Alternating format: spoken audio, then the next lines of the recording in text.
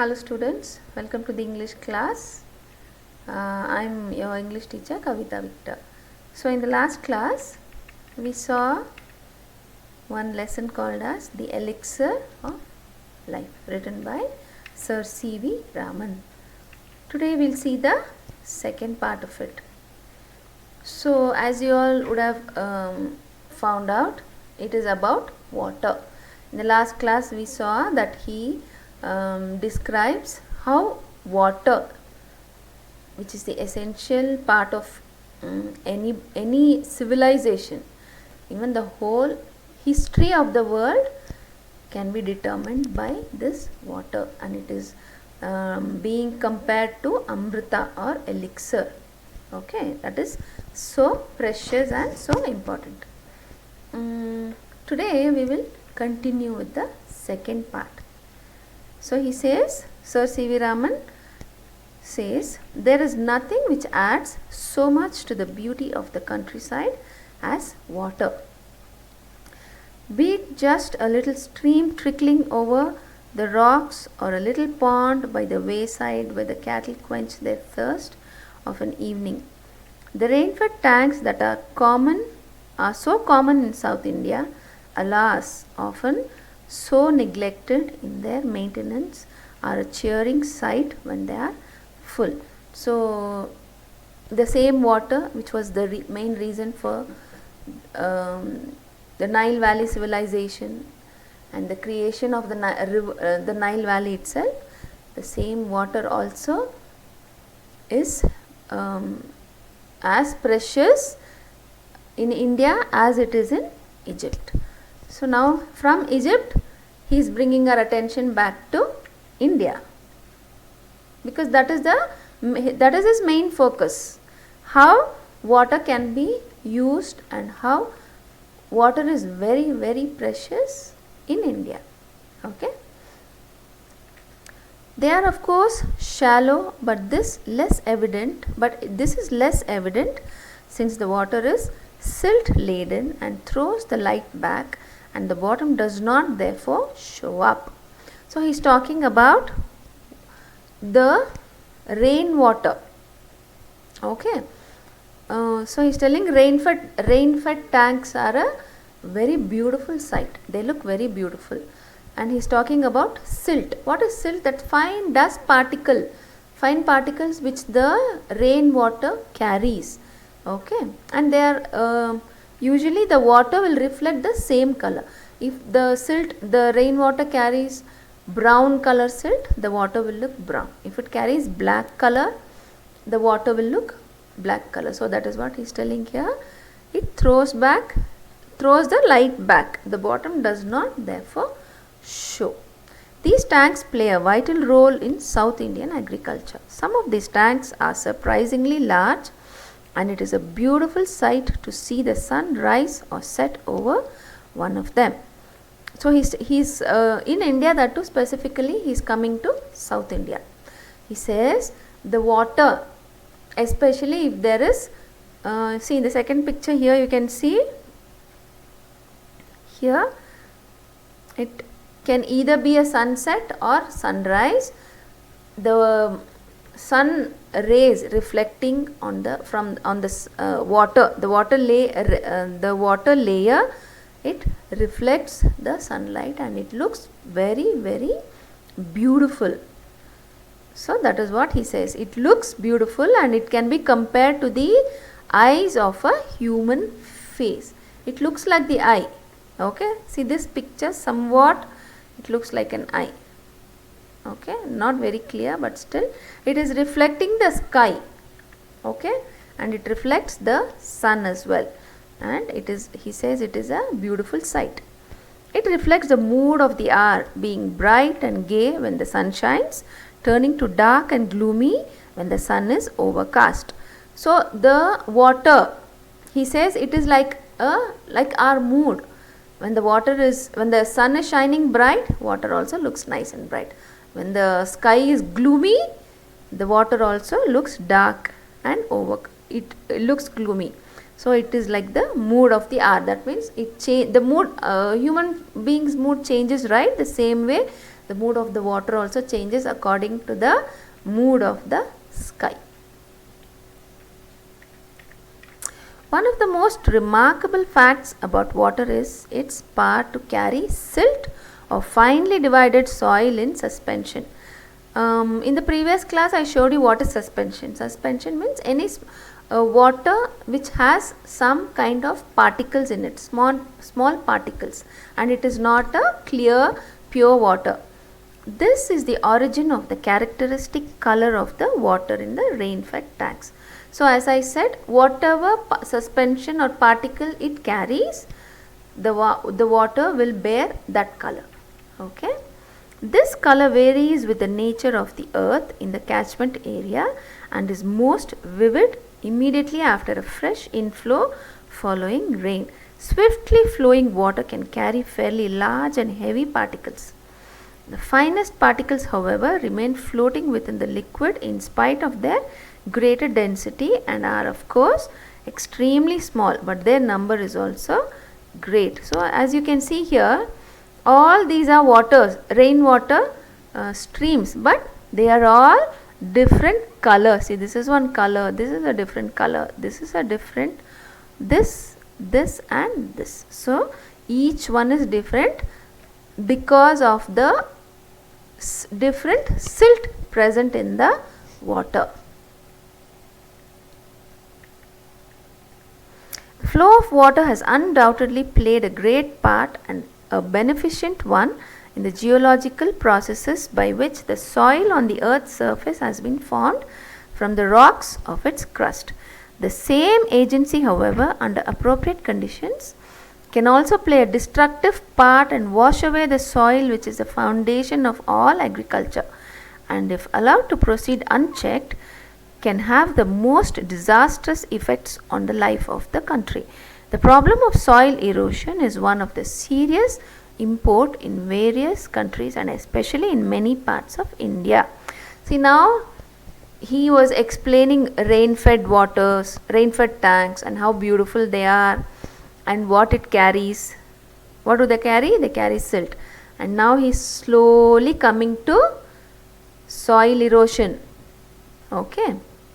He says water plays a great part in the geological processes by which soil on the earth's surface has been formed. You all know, right? In geography, you would have learnt like how rocks, how the water, because of the water's flow, huge rocks are broken up and small soil granules of sand are formed, isn't it? So water plays a very important role because from the origin where it starts till it goes and reaches the sea, it carries one kind of soil from one place to another, maybe sometimes from one country to another, from one state to another, in whichever place it flows. Okay. So under appropriate conditions can also play destructive part. So because it brings soil from one place to another, it brings fertility, isn't it? So from one place, so in the Nile river we saw from the southern part of African continent till the Mediterranean Sea, it brings the fertile soil from the southern part. The same way even this will bring, but it can also play a destructive part. It will, this soil, bringing of soil by the water, it is dragging, isn't it? As the water flows, the soil also gets transferred, or it just flows along with the water. So the same concept can also be destructive, means it can also be bad or harmful. How? Too much of this same process will cause soil erosion. So it is taking away all the fertile soil. So this is the main reason for soil erosion, and it will wash away soil, which is the foundation of all agriculture, and that is a serious problem in India, most of the places in India. So now he gives more explanation about soil erosion. The conditions under which it occurs and the measures by which it can be checked deserve the closest study. Now he is going to explain two things: why it occurs, how it occurs, and how soil erosion can be checked. Checked means stopped or prevented. Okay, two things he is going to explain to us. Soil erosion occurs in successive steps. Successive means one after the other. That is how soil erosion happens, the earliest of which may easily pass unnoticed. So the beginning, the earlier steps, the first few steps will happen so subtle, so very light that we can't even notice it. It will be happening, but people can't even notice it. Only when it becomes very severe, like how we see in this picture. Can you see here? All the soil has just been washed away. We can even see the roots here. So only when it becomes like this, a very drastic picture, only then it will be seen. In the later stages, the cutting up and washing away of the earth is only too painfully apparent in the formation of deep gullies and ravines, which make all agriculture impossible. So as water keeps flowing and flowing, slowly we can see ravines, means like this. It is like a path, okay, because of too much water flowing from here. What has it done? It has taken away all this soil, this much soil whatever was here, because of the rainwater is flowing here, it is just washed away all the soil. Okay. Sudden bursts of excessive heavy rain resulting in large runoff.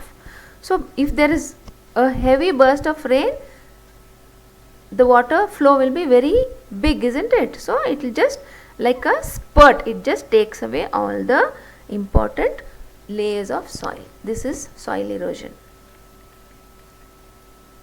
Contributory causes are, contributory means what are the reasons which contribute, which cause soil erosion, are the slope of the land. If it is slopey like this, isn't it easy for the soil to just go away?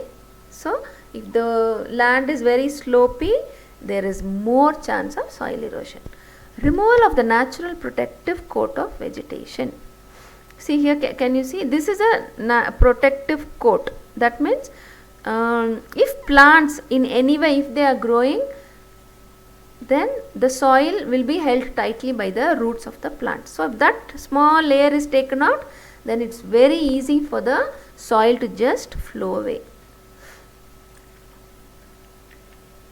The existing ruts along which the water can flow with rapidly gathering momentum, and the absence of any checks to such flow.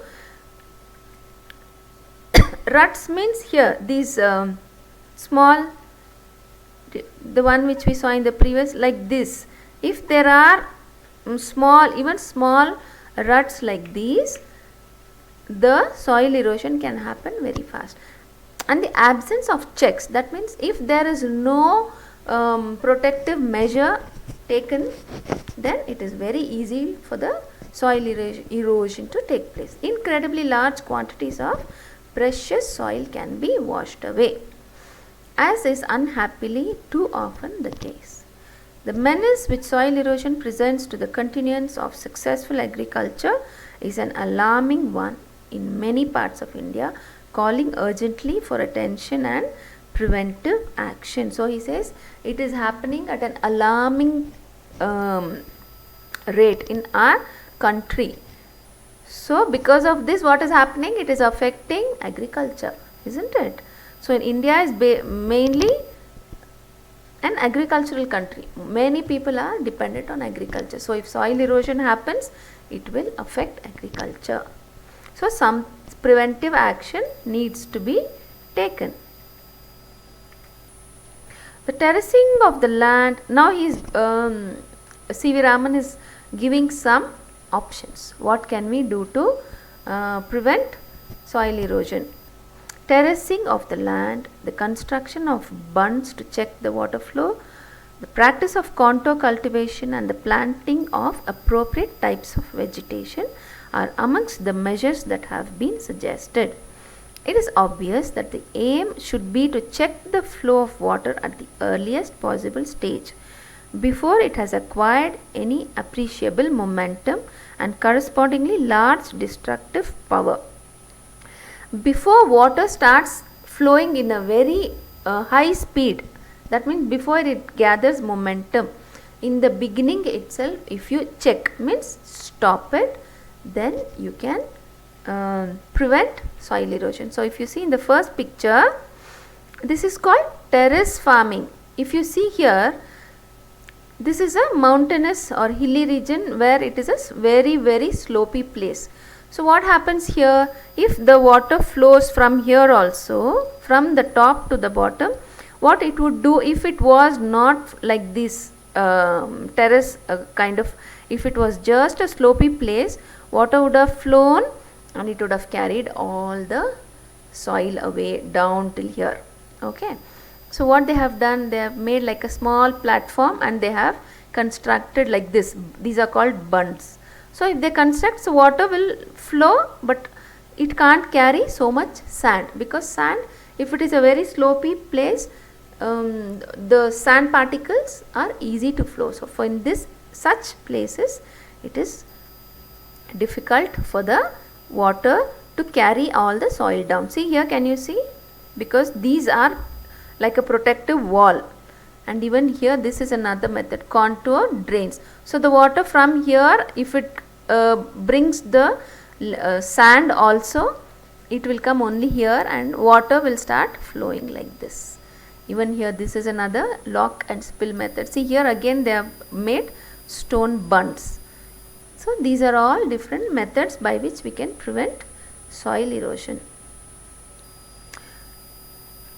Water is the basis of all life. Every animal and every plant contains a substantial proportion of free or combined water in its body, and no kind of physiological activity is possible in which the fluid does not play an essential part.